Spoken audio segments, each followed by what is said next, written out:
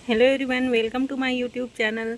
तो ये सीरीज़ जो है वेस्टर्न थिंकर से रिलेटेड ये सीरीज़ है और इसका 200 क्वेश्चन प्लस कंप्लीट हो गए हैं और ये 201 नंबर क्वेश्चंस हैं।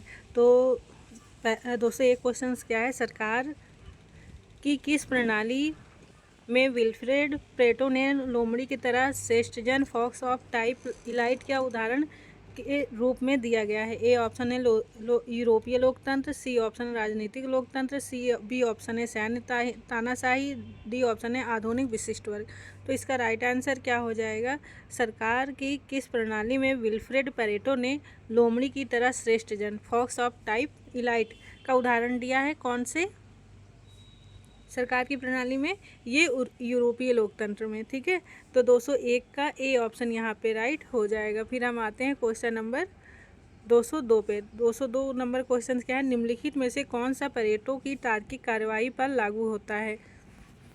ए ऑप्शन है व्यक्तिपरक तार्किक क्रिया, बी ऑप्शन है उद्देश्यपरक तार्किक, बी ऑप्शन है दोनों, डी ऑप्शन है उपयुक्त में से कोई नहीं। तो इसका राइट आंसर क्या होगा, पेरेटो की तार्किक जो कार्यवाही है ये किस पे लागू होती है, ये तार्किक कार्यवाही जो है उद्देश्यपरक तार्किक पर लागू होता है। तो 202 का बी ऑप्शन यहाँ पे राइट हो जाएगा। फिर हम आते हैं क्वेश्चन नंबर 203 पे। क्वेश्चन नंबर 203 क्या है, व्याख्यात्मक समाज से किसका नाम संबद्ध है। ए ऑप्शन है मैक्स वेबर, सी ऑप्शन है जी सिमेल, बी ऑप्शन है कार्ल मार्क्स, डी ऑप्शन है टी पार्सन्स। तो इसका राइट आंसर क्या हो जाएगा, जो व्याख्यात्मक समाज है इसका नाम ये जो है कौन से थिंकर से संबंध किए जाते हैं। तो जो मैक्स वेबर हैं इन्होंने जो है व्याख्यात्मक समाज से जुड़े हुए हैं। तो 203 का ए ऑप्शन यहाँ पे राइट हो जाएगा। फिर हम आते हैं क्वेश्चन नंबर 204 पे। क्वेश्चन नंबर 204 क्या कह रहा है, किसने पूर्वानुमान लगाया था कि संघर्ष कुछ सकारात्मक भूमिका निभा सकता है क्योंकि यह दिए गए समूह की सामाजिक सुदृढ़ता वृद्धि करता है। ए ऑप्शन है जी सिमेल, सी ऑप्शन है आर डहेंडार्फ, बी ऑप्शन है L A Coser, D option है इनमें से कोई नहीं। तो इसका राइट आंसर क्या होगा, जो संघर्ष के कुछ सकारात्मक भूमिका निभा सकता है, मतलब कि ऐसे थिंकर जिन्होंने जो है संघर्ष को पॉजिटिव बताया है, मतलब कि जो समाज में जो है एक सकारात्मक भूमिका निभाता है। तो इसका राइट आंसर क्या हो जाएगा, तो संघर्ष के सकारात्मक किसने बताया है, एल ए कोजर ने। तो 204 का बी ऑप्शन राइट हो जाएगा। ये इंपॉर्टेंट क्वेश्चन है और ये जो है लगभग एग्जाम्स में पूछे ही जाते हैं। तो 204 का बी ऑप्शन यहाँ पे राइट हो जाएगा। फिर हम आते हैं क्वेश्चन नंबर 5 पर। 205 क्वेश्चन क्या है, लाइफ चांसेस तथा लाइफ स्टाइल शब्द के जनक थे। ए ऑप्शन है एल ड्यूमोंट और सी ऑप्शन है वी परेटो, बी ऑप्शन है मैक्स वेबर, डी ऑप्शन है पी ए सोरोकिन। तो इसका राइट आंसर क्या होगा, जो लाइफ चांसेज और लाइफ स्टाइल इस शब्द के जनक कौन माने जाते हैं, इसका आंसर होगा बी, मैक्स वेबर जो है लाइफ चांसेस और लाइफ स्टाइल शब्द के जनक हैं। तो 205 का बी ऑप्शन यहाँ पे राइट हो जाएगा। फिर हम आते हैं क्वेश्चन नंबर 206 पे। क्वेश्चन नंबर 206 क्या कह रहा है, निम्नलिखित चिंतकों में से उद्विकास सिद्धांत के प्रवर्तक कौन थे। ए ऑप्शन है W F Hegel, C option है ऑगस्ट कॉम्ट, बी ऑप्शन है कार्ल मैनहाइम, डी ऑप्शन है कार्ल मार्क्स। तो इसका राइट आंसर क्या होगा, जो उद्विकास सिद्धांत के प्रवर्तक कौन माने जाते हैं, इन चारों ऑप्शन में से आपको एक चूज करके बताना है। तो उद्विकास सिद्धांत के प्रवर्तक थे का ऑगस्ट कॉम्ट। ये जो है इसी सिद्धांत से जो है प्रभावित होकर इन्होंने 3 अवस्था बताई थी सामाजिक परिवर्तन के।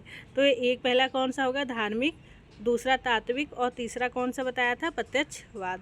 तो इस तरह से उद्विकास चिंतकों में से उद्विकास सिद्धांत के प्रवर्तक कौन है, ऑगस्ट कॉम्ट। इस तरह से 206 का सी ऑप्शन यहाँ पे राइट हो जाएगा। फिर हम आते हैं क्वेश्चन नंबर 207 पे। क्वेश्चन नंबर 207 क्या कह रहा है, वेबर के अनुसार परिस्थिति वर्ग निम्न द्वारा चिन्हित किए जाते हैं। ए ऑप्शन है शिक्षा, सी ऑप्शन है व्यवसाय, बी ऑप्शन है जीवन शैलियाँ और डी ऑप्शन है परिवार पृष्ठभूमि। तो इसका राइट आंसर क्या होगा, वेबर के अकॉर्डिंग जो है वेबर ने के अनुसार वर्ग जो है निम्न द्वारा चिन्ह किया जाता है। इन चारों में से वर्ग किससे आपको पता चलेगा, जीवन शैलियों द्वारा, मतलब लाइफ स्टाइल। ओके गाइज, तो 207 का बी ऑप्शन यहाँ पे राइट हो जाएगा। फिर हम आते हैं क्वेश्चन नंबर 208 पर। क्वेश्चन नंबर 208 क्या कह रहा है, निम्नलिखित में से किसने मार्क्सवादी सिद्धांत को यह कहते हुए आलोचना की है कि मार्क्सवादी सिद्धांत में नई सामाजिक परिस्थितियों का आकलन नहीं किया था जो मार्क्स अपने काल में अनुमान नहीं लगा सके थे। ए ऑप्शन है आलोचनात्मक सिद्धांत, बी ऑप्शन है उत्तराधुनिक सिद्धांत, सी ऑप्शन है नव मार्क्सवादी सिद्धांत, डी ऑप्शन है उत्तर संरचनात्मक सिद्धांत। तो इसका राइट आंसर क्या होगा? यह क्वेश्चन या एक तरह से यह पूछ रहा है कि जो सामाजिक मार्क्सवादी सिद्धांत था उसमें जो है कुछ परिस्थितियाँ नई सामाजिक परिस्थितियों का आकलन नहीं किया गया था। मार्क्स ने जो सामाजिक परिस्थितियों का आकलन किया गया था, लेकिन उनमें कुछ नई सिद्धांत थी जो सामाजिक परिस्थितियाँ जिसका आकलन मार्क्स द्वारा नहीं किया गया था। तो ये बात जो है कौन से मार्क्सवादी सिद्धांत जो है आलोचना करते हैं, कौन सा सिद्धांत? तो यह मार्क्सवादी सिद्धांत की आलोचना कौन करते हैं? नव मार्क्सवादी सिद्धांत। ठीक है, तो 208 का सी ऑप्शन राइट हो जाएगा। एक मार्क्सवादी है और दूसरे नव मार्क्सवादी। ठीक है, जो उसमें मार्क्सवादी में जो कमियां रह गई थी, जो चीज़ों की बात नहीं की गई थी, उन चीज़ों की बात जो है नव मार्क्सवादी सिद्धांत में किया गया था। ठीक है, तो नव मार्क्सवादी सिद्धांत के भी कुछ थिंकर्स हुए जिन्होंने मार्क्सवादी सिद्धांत की नई सिरे से व्याख्या करने की कोशिश की है। तो 208 का सी ऑप्शन यहाँ पे राइट हो जाएगा। फिर हम आते हैं क्वेश्चन नंबर 209 पे। क्वेश्चन नंबर 209 क्या कह रहा है, समाज के अध्ययन में अगस्त कॉम्ट ने कौन सा परिप्रेक्ष्य प्रयोग किया था? ए ऑप्शन है संरचनात्मक परिप्रेक्ष्य, बी ऑप्शन है ऐतिहासिक परिप्रेक्ष्य, सी ऑप्शन है संघर्ष परिप्रेक्ष्य और डी ऑप्शन है प्रकार्यात्मक परिप्रेक्ष्य। तो इसका राइट आंसर क्या होगा? जो अगस्त कॉम्ट है उन्होंने कौन से पर्सपेक्टिव से जो है समाज का अध्ययन किया था? तो अगस्त कॉम्ट ने जो ऐतिहासिक परिप्रेक्ष्य से समाज का अध्ययन किया था। तो 209 का बी ऑप्शन यहाँ पे राइट हो जाएगा। फिर हम आते हैं क्वेश्चन नंबर 10 पर। 210 पे 210 क्वेश्चन क्या कह रहा है, श्रम विभाजन के सिद्धांत के संबंध में अपने विचारों को व्यक्त करते हुए दुर्खाइम ने किस सिद्धांत का प्रतिपादन किया है? ए ऑप्शन है डार्विन सिद्धांत, बी ऑप्शन है केनन का सिद्धांत, सी ऑप्शन है मार्क्स का सिद्धांत, डी ऑप्शन है स्पेंसर का सिद्धांत। तो इसका राइट आंसर क्या हो जाएगा? जो श्रम विभाजन का संबंध है में अपने विचारों को व्यक्त करने दुर्खाइम ने कौन से सिद्धांत का प्रतिपादन किया था? मतलब इन्होंने जो श्रम विभाजन का जो सिद्धांत था, दुर्खाइम ने जो ये कॉन्सेप्ट दिया था श्रम विभाजन का, वो कॉन्सेप्ट किस थिंकर से प्रभावित होकर इन्होंने इस सिद्धांत का प्रतिपादन किया था? ये क्वेश्चन इस तरह से आपको पूछ रहा है। आपको क्वेश्चंस जो है पढ़ना और समझना दोनों आना चाहिए, क्योंकि जब हम नेट का एग्ज़ाम्स देते हैं या इस लेवल के एग्ज़ाम्स देते हैं तो हमें जो है क्वेश्चंस पढ़ने के बाद उसे समझना बेहद ज़रूरी होता है कि वो क्वेश्चन असल में क्या पूछना चाह रहे हैं। तो जब आप वो क्वेश्चंस की व्याख्या अपने अकॉर्डिंग कर लेंगे, उस क्वेश्चंस के अकॉर्डिंग, और उसको समझ लेंगे, तो आपको जो है ये क्वेश्चन सॉल्व करना बहुत ही इजी हो जाएगा, बहुत ही आसान।